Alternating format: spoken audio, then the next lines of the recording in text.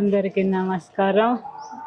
మేము మా కొడుకు ఫీజు కోసము ఊరు వెళ్ళినాము. ఆయన సోమవారం వెళ్ళిండు, నేను శుక్రవారం వెళ్ళిన లోన్ తీసుకుందామని.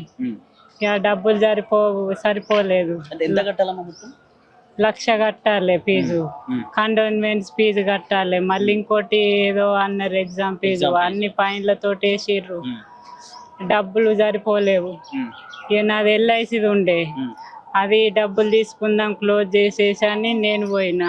అందులో ఏమన్నా వస్తాయని, ఇక సరిపోతాయని. అవి చెప్తా అన్నాడు సోమవారం రోజు. అవి కాకుండా ఇంకేమన్నా ఎవరన్నా అడిగి బతిమిలాడి డబ్బులు తీసుకొని వచ్చేసి సోమవారం కడదాం అనుకున్నాం ఫీజు. ఇంతలోపే నా కొడుకు వాళ్ళు పెట్టిన టార్చర్కు గంట సేపు నిలబెట్టి మాట్లాడిర్రట. ప్రిన్సిపాల్ డాడీ ఉన్నప్పుడే నిలబెట్టిర్రు. మళ్ళా తర్వాత పైకి ఏదో సార్ దగ్గర పొమ్మన్నారట. ఆ కాలు నొప్పితోటి అటు పైకి ఎక్కుడు, ఇటు కింద నిలబడు, అందరి ముందట నా కొడుకును అట్లా టార్చర్ అడిగే వరకు అవమానంగా ఫీల్ అయ్యి ఫీజు కట్టకపోతే ఏం చెప్పారంట, అదేదో చేస్తామన్నారు డిస్మిస్, ఏదో కాలేజీలకు వెళ్ళి తీసేస్తామని చెప్పిర్రంట. ఎగ్జామ్ రాయనియం, నీ కాల్ టికెట్ ఇయ్యం, నీ పర్సెంటేజ్ తక్కువ ఉంది అని చెప్పిర్రు. సార్ నా కాలు నొప్పి ఉంది, ఇట్లా యాక్సిడెంట్ అయింది, రిపోర్ట్లు చూడండి అని నా కొడుకు పట్టుకపోయిండు. అయిన వాళ్ళు నా కొడుకు ముచ్చట కేర్ చేయలేరు. ఎట్లా చేసిర్రు, నా కొడుకు నాకు కాకుండా చేసిర్రు, నాకు కడుపు పోత మిగిల్చిండ్రు. ఫ్యామిలీ ఒకే దగ్గర ఉంటారా? మీ కొడుకు కావచ్చు నగర్ లో ఉంటారు? అవును, ఐత్ నగర్ లో ఉంటాం. అంటే అప్పటి నుంచి అప్ అండ్ డౌన్ చేస్తాడా కాలేజీకి ఇంటికి? చేస్తాడు. అంటే ఇప్పుడు చెప్పిండు అమ్మకి ఇట్లా ఇబ్బంది అనిపిస్తుంది అని చెప్పేసి మాట్లాడిండా? కాలేజ్ వాళ్ళు ఇబ్బంది పెడుతున్నారు, కాలేజ్ వాళ్ళు ఎప్పుడు ఇబ్బంది పెడతలేరని మాట్లాడలేరు. ఈ ఫీజు విషయంలోనే ఫైన్ వేసిర్రు. ఇవన్నీ ఎడికెళ్ళి తీసుకొస్తారు. నాకు కాల్ సర్జరీ ఉంది, ఇవి ఎట్లా చేపిస్తారని నా కొడుకు మనసులో పెట్టుకున్నాడు. నా కొడుకు ఏం ఆలోచించిండు, గిల్టీగా ఫీల్ అయిండు. సార్ అన్న మాటలు మీ డాడీని తోలుకొని రా రేపు అని చెప్పిండట మాట్లాడాలని. ఈయన వీలుగా సారు 4 రోజులు అవుతుంది, సోమవారం వచ్చి డబ్బులు కడతామని వాళ్ళ డాడీ చెప్పిండు. అయినా మీరు రేపే రావాలంటే మాకు డబ్బులే అరేం కాలేదు, మేము రేపు ఎట్లా వచ్చి కడతాం సారు, నేను ఊర్లో ఉన్న జగిత్యాల దగ్గర వీలు కాదు అని వాళ్ళ డాడీ చెప్పిండు. ఏమన్నారు కాలేజ్ వాళ్ళు వినలే, మీరు రేపే రావాలి కట్టాలి అని వాళ్ళ డాడీతోటి మాట్లాడారు. ఇక నా కొడుకు ఆడేం ఆలోచించిండో ఏమో. ఇంతకుముందు ఇప్పుడు 4 రోజులు కాలేజ్ పోలేడు కదమ్మా, ఆబ్సెంటేజ్ ఫీజు కూడా కట్టాలి అని చెప్పి మాట్లాడారంట. అంటే ఏమైంది మీ కొడుకు, ఎందుకు పోలేడు 4 రోజులు? బండి మీదకి వెళ్ళి పడ్డాడు, యాక్సిడెంట్ అయింది. ఈ మోకాళ్ళ 2 నరాలు పోయినాయి, సర్జరీ చేయాలన్నారు. కొన్ని రోజులు 15-20 రోజులు బెడ్ రెస్ట్ తీసుకోవాలని చెప్పిండు డాక్టరు. సరేలే అని ఎగ్జామ్స్ అయిపోయినాక చేపిద్దామని మేము అనుకున్నాం. అయినా కాలేజీకి పోకమానంగా చూస్తే నా కొడుకు పోయిండు, ఎగ్జామ్ రాయాలి, ప్రాజెక్ట్ వర్క్ ఉంది, ఇది ఉంది అది ఉంది అని చెప్పిపోయిండు. చదువులో నా కొడుకు పర్ఫెక్ట్, మంచిగా ఒక్కసారి చదివితేనే దాన్ని బట్టి పట్టినట్టు చెప్తాడు, చదువుతాడు, చెప్తాడు. ఇది ఇట్లా అయిపోయింది సార్. అమ్మ ఇంటికి వచ్చినప్పుడు అతను ఊరు పెట్టుకున్న సందర్భంలో ఎవరు లేరా అమ్మ ఇంట్లో? చెల్లె కూడా ఉంది అని అంటున్నారు. చెల్లె స్నానానికి వెళ్ళింది సార్. అప్పుడు మీరు లేరా? నేను లేను. నేను ఒక రోజు ముందు వెళ్ళిన, శుక్రవారం రోజు పొద్దున 10:30కి వెళ్తే అక్కడికి మా ఊరికి పోయేసరికి 5:30. వాళ్ళ డాడీ ముందు వెళ్ళిండు, నేను తర్వాత నా ఎల్ఐసి డబ్బుల కోసం నేను వెళ్ళిన, సంతకం అవసరం ఉంటదంటే. ఈ పాప స్నానం చేసి వచ్చేలోపు ఉరి పెట్టుకున్నాడు. ఈ పిల్లలందరి ముందు అవమానపరిచిండు కదా వేరే అబ్బాయికి, డాడీ ముందు పిల్లలందరి ముందు అవమానపరిచిండు ప్రిన్సిపాల్. ఈ సర్టిఫికెట్ ఇయ్యని అన్నాడు, డబ్బులు కట్టండి. అందుకే నా కొడుకు అవమానానికి తట్టుకోలేక సూసైడ్ చేసుకున్నాడు. నాకు కడుపు కోత మిగిలిచ్చి పోయిండు. ఆ ప్రిన్సిపాల్కు లేరా పిల్లలు? అంటే మీరు అడిగిర్రా అమ్మ చనిపోయిన తర్వాత ఇట్లా చనిపోయింది మా అబ్బాయి, మీరు ఏం ఇబ్బంది పెట్టండి కాలేజ్ వాళ్ళని అడిగిర్రా మీరు ఫోన్ చేసి కానీ లేకపోతే అది నాకు తెలియదు, వాళ్ళ వాళ్ళ డాడీ చూసుకుంటారు. డాడీ చూసుకున్నాడు, నేనే చూసుకుంటూనే ఉన్నా. ఇప్పుడు ఏందమ్మా చాలా పెద్ద అబ్బాయి వయసు 22 సంవత్సరాలు నా ఎత్తు కొడుకు. కాలేజ్ నుంచి మీరు మాకు న్యాయం చేయాలేదన్నా. ఇక ముందు ఏ పిల్లలకు ఇలాంటి ఇబ్బంది జరగకూడదు, వాళ్ళకు కూడా టార్చర్ చేయకూడదు. మా అబ్బాయి లెక్క ఎవరి అబ్బాయి కాకూడదు. మాకు న్యాయం చేయాలంతే సార్. ఏంది మ్యాదర్ ప్రవీణ్ ఇష్యూ ఏంది అంత బలవన్మరణానికి పాల్పడాల్సిన అవసరం ఉంది? ఈ మ్యాదరి ప్రణీత్ అనే వ్యక్తి బలవన్మరణం చెందడానికి రీజన్ ఏంటంటే నాకు ఇవాళ పొద్దున ఫోన్ చేశారు, వాళ్ళ పేరెంట్స్ ఫోన్ చేసి, అన్నకి ఇట్లా మా కొడుకు ఈ శ్రీ హిందూ కాలేజీలో చదువుతాడు, మా కొడుకు సూసైడ్ చేసుకొని చనిపోయిండు, కాలేజీలో సార్లు తిట్టిరట మావన్నీ, ఫీజు కట్టలేదని చెప్పి, డబ్బులు ఇవ్వలేదని చెప్పి, మా హాల్ టికెట్ ఇవ్వలేదట. హాల్ టికెట్ ఇవ్వలేకపోతే నేను కూడా ఫోన్ చేసి చెప్పినా సార్, నేను వచ్చినాక నేను ఊళ్ళో లేను, వచ్చినాక డబ్బులు కడతా అని చెప్పినాక కూడా మావన్నే 2-3 గంటలు నిలబెట్టి ఇబ్బంది పెట్టిరాట, చనిపోయిండు అని అంటే నేను పోలీస్ స్టేషన్ పోయినా.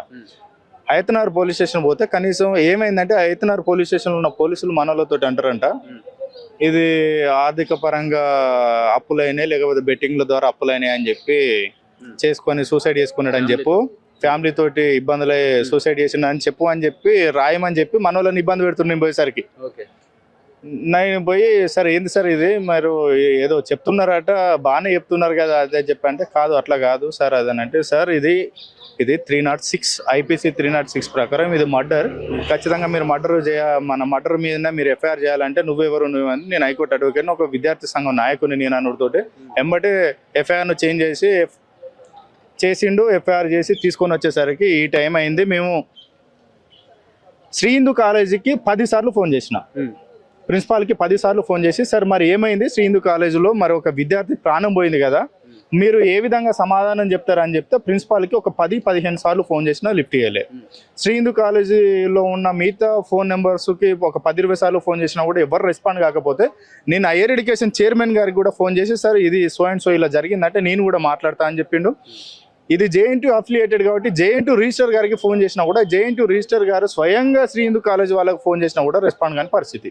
అంటే తెలంగాణ రాష్ట్రంలో ఉన్న ఈ కార్పొరేట్ ప్రైవేట్ ఇంజనీరింగ్ విద్యా సంస్థలు ఏ విధంగా విద్యార్థులను పీడిస్తున్నాయి అంటే ఫీజుల గురించి గవర్నమెంట్ ఫీజు రియంబర్స్మెంట్ను విడుదల చేయకపోవడం వల్ల ఈ విద్యార్థుల దగ్గర నుంచే ఫీజును వసూలు చేయాలనే దురుద్దేశంతో ఈరోజు ఈ ప్రైవేట్ కాలేజీలన్నీ విద్యార్థులను తీవ్రంగా వేధిస్తున్నాయి. ఫీజుల గురించి మనోవేదనకు గురి చేస్తూ, అలాగే SC ST BCలలో ఉన్న విద్యార్థులను అయితే పేరు వెనక తోకలు చూసేమో ఒక రకంగా ట్రీట్మెంట్ ఉంటుంది, పేరు వెనక ఎటువంటి తోకలు లేని వాళ్ళని చూస్తేనేమో ఒక రకంగా ట్రీట్మెంట్ ఉంటుంది కాలేజీలో. మనోని కమ్యూనిటీ మాలా అని తెలిసిన తర్వాత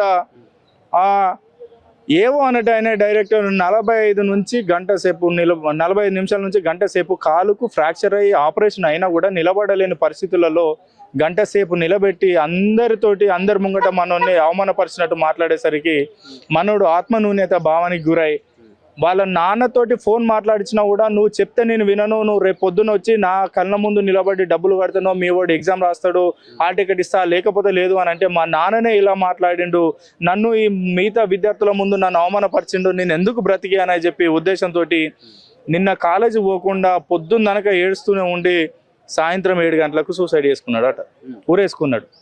అంటే ఇది ఎవరి హత్య? ఇది ఖచ్చితంగా ఇన్స్టిట్యూషనల్ మర్డర్. ఇది ఇన్స్టిట్యూషనల్ మర్డరే. శ్రీ హిందూ కాలేజ్ అనే ఇది ఆత్మహత్య కాదు, శ్రీ హిందూ కాలేజ్ ఈ మ్యాదరి ప్రణీత్ని హత్య చేసింది.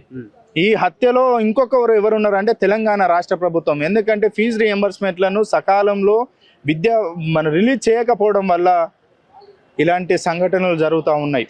అంటే ఏ విద్యా సంస్థ అయినా విద్యార్థులకు విద్య చెప్పాలి, ఫీజు సెకండరీ ఉండాలి, ప్రైమరీ ఏమో ఎడ్యుకేషన్ ఉండాలి, సెకండరీ ఫీజులు వసూలు ఉండాలి. కానీ ఇప్పుడున్న ప్రైవేట్ విద్యా వ్యవస్థలు, ప్రైవేట్ ఇంజనీరింగ్ వ్యవస్థలు విద్యార్థులను ATM సెంటర్లుగా మార్చుకునే, లక్షల కొద్దీ ఫీజులు ఇష్టం వచ్చినట్టు వసూలు చేసుకుంటూ అధిక ఫీజులను కూడా వసూలు చేస్తూ ఇప్పుడు 2000 కట్టాల్సిన ఫీజు దగ్గర వాళ్ళే టెక్నికల్ ఇష్యూలను సృష్టించి 5,100 రూపాయల ఫైన్ తోటి కొన్ని వందల విద్యార్థుల దగ్గర నుంచి అత్యధిక ఫీజులు వసూలు చేసారు.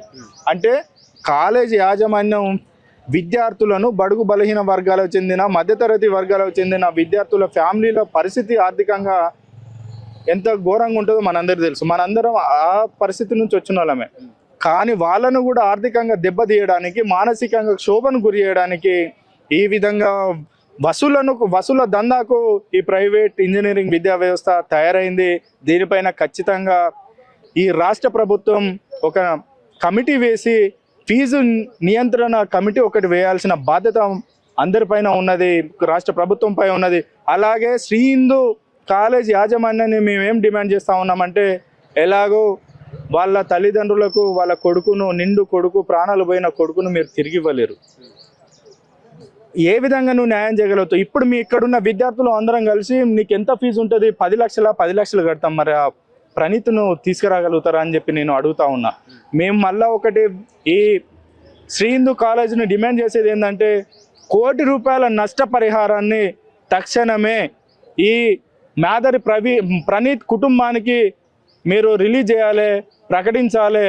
ఈ రోజే అది కూడా సెటిల్ చేయాలి, ఆదుకోవాలి. ₹1 కోటి ఎక్స్గ్రేషియా మీరు ప్రకటించాలని చెప్పి మేము డిమాండ్ చేస్తా ఉన్నాం. అలాగే రాష్ట్ర ప్రభుత్వాన్ని కూడా మేము డిమాండ్ చేసేది ఏంటంటే, ఇది ఇన్స్టిట్యూషనల్ మర్డర్ కాబట్టి, కావాలని చేసిన మర్డర్ కాబట్టి రాష్ట్ర ప్రభుత్వం నుంచి కూడా మనకి తగు న్యాయం, మన మాదర్ ప్రణీత్ వాళ్ళ ఫ్యామిలీకి తగు న్యాయం చేయాల్సిన బాధ్యత మీ అందరిపైన ఉన్నది.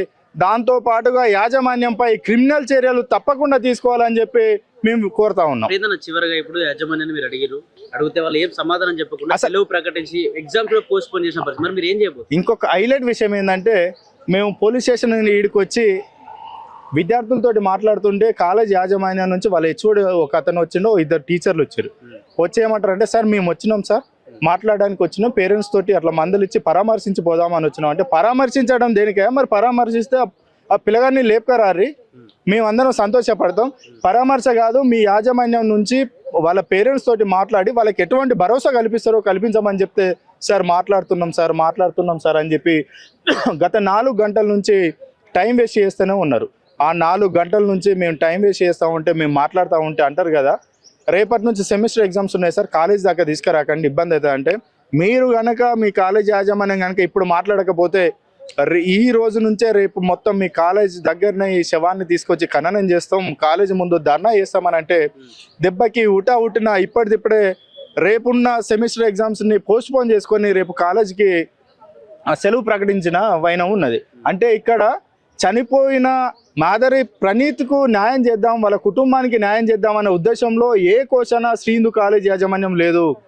వాళ్ళను ఈ వ్యవస్థలో వాళ్ళకున్న పలుకుబడి, వాళ్ళకున్న డబ్బు, వాళ్ళకున్న పవర్ తోటి ఈ వ్యవస్థలో ఉన్న లోపాలను ఉపయోగించుకొని ఈరోజు ఈ కేసు నుంచి బయటపడాలి, ఈ సమస్య నుంచి బయటపడాలి అని చెప్పి తీవ్ర ఒత్తిడికి తీసుకొచ్చే ప్రయత్నంలో భాగంగా కాలేజ్ యాజమాన్యం ఉన్నది. ఎవరితో సరిగా కనీసం ఇప్పటి వరకు కాలేజ్ యాజమాన్యం అనేది వాళ్ళ తల్లిదండ్రులతోటి మాట్లాడిన దాఖలాలు లేదు. మేమేమున్నది, ఇక్కడ నుంచి మాదర్ ప్రవీణ్ యొక్క శవాన్ని తీసుకొని మేము శ్రీ హిందూ కాలేజ్ దగ్గరికే పోతున్నాం. శ్రీ హిందూ కాలేజ్ యాజమాన్యం ఏ విధంగా స్పందిస్తుంది, వాళ్ళ కుటుంబానికి ఎటువంటి భరోసా కల్పిస్తుందో భరోసా కల్పించేంత వరకు మేము కాలేజ్ ఆ గేటు ముంగట్నే ఈ ప్రణీత్ యొక్క డెడ్ బాడీని, శవాన్ని పెట్టుకొని ధర్నా చేస్తామని చెప్పి తెలియజేస్తా ఉన్నాం. అసలు ఏం జరిగింది? మీరు కూడా మీ ప్రణీత్ మీ కొడుకుతో కూడా కాలేజీకి వెళ్ళారు, కాలేజీకి వెళ్ళినప్పుడు మీ ముందే కూడా తిట్టిండు, చాలా అసలు ఏం జరిగింది మీకు చెప్పిండు? అసలు ఏం జరిగింది? నేను మా ఊరు వెళ్ళిన ఫీజు కట్టేది డాడీ అంటే మా ఊరు వెళ్ళిన, మండకి పోయినా ఊర్లో ఉన్న డబ్బులు తీసుకొస్తామని 1 లక్ష ఫీజు కట్టాలి. ఇప్పుడు బీటెక్ 3rd ఇయర్ కాబట్టి డాడీ ఐఫోన్ అన్న ల్యాప్టాప్ అన్న ఉండాలి, ల్యాప్టాప్ లేకుండా ఐఫోన్ అన్న ఉండాలి. ఈ కాలుకు మొదలు యాక్సిడెంట్ అయింది, బండి లేకపోతే నాకు లోపలికి బాగా దూరం నడుచుడు అవుతుంది. ఆ యాక్సిడెంట్ అయిన బండి అన్న రిపేర్ చేయించుకుంటా, దానికి దీనికి ₹1 లక్ష చూడు డాడీ, ఎట్లయినా మంచిదే చూడు అని అన్నాక సరే రాని నేను డబ్బులోకి వెళ్ళిపోయి నేను ఫ్రైడే రోజు నేను గోల్డెన్ పెట్టుకున్నవి అన్ని రెన్యువల్ చేసుకుంటున్నాను, డబ్బులు రెడీ చేసుకుంటున్నాను. 1.5 లక్ష దాకా రెడీ అయినాయి. అంటే మొత్తం ఎంత ఎగ్జామ్ ఫీజు అవన్నీ కలిపి 1 లక్ష? ఎగ్జామ్ ఫీజు కాలేజ్ ఫీజు అన్ని కలిపి 1 లక్ష? ఎగ్జామ్ ఫీజు అనేది అటెండెన్స్, యాక్సిడెంట్ అయ్యి కాలేజ్ పోతే ఆ 2% తక్కువ ఉందని దానివల్ల 5,000 ఫైన్ పెనాల్టీ లెక్క. ఇక అది ఇల్లీగల్గా తీసుకుంటారు మామూలుగా. అయితే నేను యాక్సిడెంట్ అయినాను, ఆబ్సెంట్ అయినా తప్ప నేను కావాలని చేయలేదు కదా సార్ అని మెడికల్ రిపోర్ట్స్, ఎక్స్రే తీసుకొని ఒకటి రిక్వెస్ట్ ఒక అమ్మాయి రాసిందంట, లెటర్ రాపించుకొని ప్రిన్సిపాల్ తోటి ఎండప్ చేయించుకున్నాడు. ఈ ఏవో కృష్ణమూర్తి సార్కు రాశారంట. ఆ సార్ దగ్గరకు పోయి ఆయన వసూలు చేస్తే ఆయనకు పోయి కలువని అన్నాక ఆయన దగ్గరికి అయినాక మీ పేరెంట్స్ని తీసుకురా అంటే, సార్ మా పేరెంట్స్ ఆ రోజే మా వైఫ్ కూడా ఊరికి వచ్చింది, డబ్బుల కోసం వచ్చింది. వచ్చినాక ఇక రేపు రా మరి పని ఉంది, రేపు ఎల్లుండి తీసుకొని పోదామని నేను అన్నాక అయితే ఫ్రైడే రోజు 2 గంటల తర్వాత ఆయన ఫోను రూమ్లో ఖరాబ్ అయింది. వేరే ఫ్రెండ్ అమ్మాయి ఫోన్ తీసుకొని చేసిండు. వాళ్ళు కూడా దాన్ని హాల్ టికెట్ తీసుకొని అల్లాడున్నట్టు ఫోన్ తీసుకొని చేసినాక మీ డాడీతో మాట్లాడి అన్నాక చేసినాక నేను మాట్లాడినా, మీరు ప్రణీత్కి ఏమవుతారు అంటే డాడీని అన్న. డాడీని అంటే మరి పొద్దున మీరు మీ ప్రణీత్ అటెండెన్స్ తక్కువ ఉన్నాయి, హాల్ టికెట్ ఇయ్య, మొత్తం వాళ్ళ ఎగ్జామ్ రాయకుండా చేస్తా అని అన్నాడు. అన్నాక అట్లెట్లుంటుంది సార్, ప్లీజ్ సార్ ఏదైనా ఉంటే నేను ఫీజు కూడా కట్టేది ఉంది కదా, రేపు మరి పొద్దున్న వచ్చేయి అని అన్నాడు. ఫ్రైడే అంటే సాటర్డే పొద్దున్న 10 వరకే కాలేజీలో ఉండాలన్నాడు. రావడం కొద్దిగా వీలు కదా సార్, నాకు ఇక్కడ డబ్బులు అరేంజ్ చేసుకుంటాను ఈరోజు, ఇక సండే ఉండదు కావచ్చు కానీ మండే మార్నింగ్ వస్తా సార్, పొద్దున్నే 10 లోపే వస్తా, మీరు ఆడు మొదలే అదవుతాడు, ఆయనకి హాల్ టికెట్ అయితే ఇవ్వండి సార్ ప్లీజ్ సార్, వచ్చినాక ఏది ఉండదు నేను చూసుకుంటా మాట్లాడతా అన్న. ఇక నాతో ఎక్కువ మాట్లాడలే. అన్నాగా ఇని పోదు అటు ఇచ్చేసిండు, నాకు ఏ రీజన్ చెప్పలే. ఫోన్ ఇచ్చేసినప్పుడు మరి మీ డాడీ మండేస్తానన్నాడు, మీ డాడీతోటే రాపోతే వెళ్ళిపో మరి అని నేను ఈ హాల్ టికెట్ మీ డాడీని తొలగా రాపో త్వరగా ఇస్తా అంటే అయిపోతుంది కదా. అనగా మళ్ళీ ఆయన రూమ్కి పిలిపించుకొని మినిమం 40 నిమిషాలు గంట లోపు నిలబెట్టిండంట. ఆయనకి మొదలై నరాలు 2 కట్ అయినాయి యాక్సిడెంట్ అయితే. ఈ ఎగ్జామ్స్ ఉన్నాయి కాబట్టి ఎగ్జామ్స్ అయిపోయినాక సర్జరీ చేపిద్దాం అనుకున్నా. అయితే ఇక సర్జరీ చేయించడానికి 1 నెలన్నా మళ్ళీ బెడ్ రెస్ట్ ఉండాలి, మోకాళ్ళ నరాలు కదా అని ఎగ్జామ్స్ అయిపోయినాక చేయించుకుంటాడు అన్నాక సరే బేటా అని అన్న. ఈ డబ్బులు 1,00,000 రెడీ అయినాయి, అచ్చిగా కట్టేటోళ్ళు 1,00,000 ఫీజు అంటే అది యాక్చువల్గా స్కాలర్షిప్ అప్లై చేస్తే 95,000 వస్తాయి, 5,000 కడితే అయిపోతుంది. కానీ అది అప్లై చేస్తే అప్పుడు తీసుకోకపోతే మిస్టేక్ అయ్యి అది కాలేదు, కాక కట్టుడు అవుతుంది. అయినా పర్లేదురా నీకన్నా ఎక్కువనా తీసుకొస్తా అని చెప్పిన. తీసుకొస్తా అని చెప్పిన తర్వాత ఇక నేను ఈయనకు కూడా ఇంత రిక్వెస్ట్గా చెప్పిన, సరే మీ డాడీని తోలుకరా అనాలి కానీ ఈయన రూమ్లో తీసుకెళ్ళి వాడిని 40 నిమిషాల దాకా మరి అన్ని తిట్టిండా, ఏం తిట్టిండు ఏంటిది మరి మాకేం చెప్పలేదు. తర్వాత మొత్తం బాడీ మొత్తం తడిసి చెమటలతోటి బయటకు వచ్చిండంట. ఇక బయట కాలేజీ అయినాయి, అందరూ ఆల్టికల్ అటు ఇటు తిరుగుడైనాయి 100 మంది. వాళ్ళంతా ఇక చూస్తే ఈయనకి మరి ఏం ఫీలింగ్ అయిందో ఏమైందో. అయినా ఇంటికి వేయండు, డాడీ ఇట్లా అన్నాడు ఇయ్యలేదు. నిలబడలేని మినిమం గంట లోపల రూమ్లో నిలబెట్టుకుంటే అది ఎట్లా ఎందుకు నిలబెట్టుకున్నట్టు, నువ్వు హాల్ టికెట్ ఇయ్యను అన్నావు, మీ డాడీని తొలకరాలన్నావు, నువ్వు ఎట్లా మా వాడిని అన్న రూమ్లో నిలబెట్టుకున్నావు, నిలబెట్టుకొని వాడిని ఏం తిట్టినవో ఏం చేసినావు అని మనసు ఖరాబ్ అవుతాడు అని ఒక రోజు ఒక కట్టినట్టు. నేను వస్తా బిడ్డ, నేను కడతా బిడ్డ అని చెప్పిన. కానీ సాటర్డే మరి పొద్దాగా ఇంట్లోనే ఉన్నాడు, పోలేదు. ఇక ఎట్లా పోతాడు హాల్ టికెట్ అయ్యింది, కాలేజీకి ఇంట్లో ఏదో రాసుకున్నాంట, అసైన్మెంట్ ఏవో రాసుకున్నాంట. అలా చెల్లదాకా అన్నం తినలేక అప్పుడే తెచ్చుకున్నాంట. వాళ్ళ మమ్మీ కూడా మాట్లాడిండట, అమ్మ ఇప్పుడే తెచ్చుకున్నా అన్న తిన్నవారా అంటే ఇప్పుడే గ్రైస్ తెచ్చుకున్నా తింటున్నా మమ్మీ అని అన్నాడంట.